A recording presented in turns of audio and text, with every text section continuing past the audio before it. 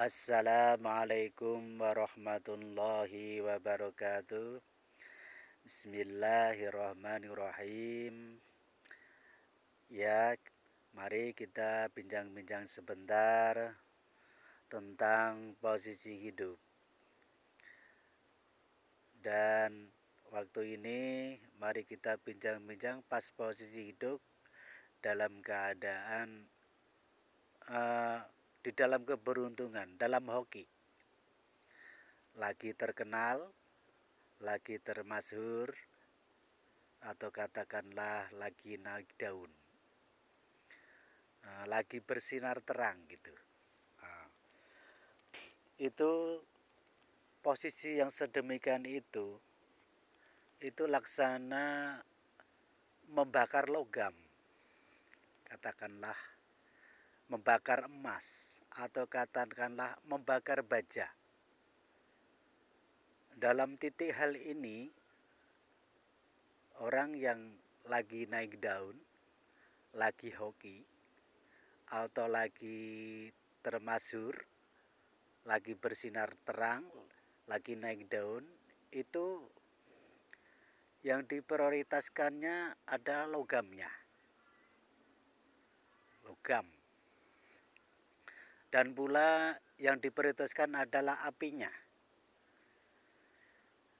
Jadi yang menentukan rentang waktu lagi naik daun atau rentang waktu lagi termasyhur atau terkenal,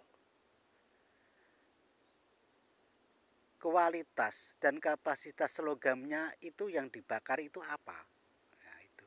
Dan apinya itu seberapa panas membakar logam itu.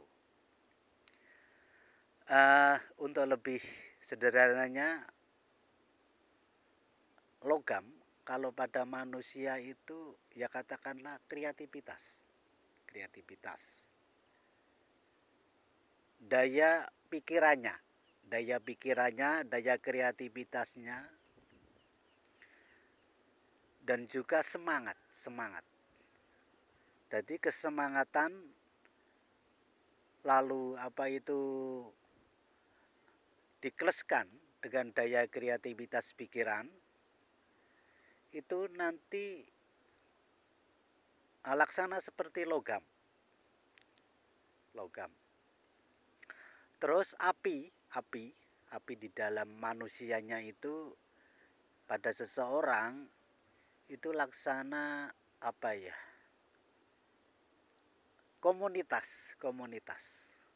komunitas yang mendukung, itu apinya. Jadi jika logam daya kreativitasnya itu seseorang itu muncul dan tepat pada komunitas, pada posisi komunitas yang dia duduki, yang dia posisioni, dia berposisi pada komunitas yang tepat, lalu daya kreativitasnya muncul, dia pasti langsung terkenal dan termasyhur dan naik daun. Nah, itu. Jadi titik temu seseorang terkenal itu adalah baklasana logam yang terbakar api. Logamnya adalah daya kreativitas, semangatnya, dan ketepatan tepat pada posisi komunitas yang selaras dengan seseorang itu. Umpamanya dia seorang musisi, terus kemudian dia punya daya kreativitas mencipta lagu umpamanya, seret gitu. Langsung daya kreativitas lagunya ini diterima oleh posisi komunitasnya, dia sebagai seorang musisi, dia langsung naik daun, seret gitu. Terus lagi umpamanya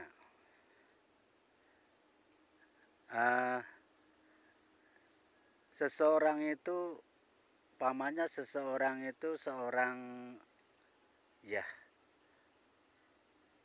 penceramah, umpama penceramah atau kanlah yes penceramah lah, penceramah atau kanlah seorang motivator atau motivator. Terus kemudian daya kreativitasnya muncul,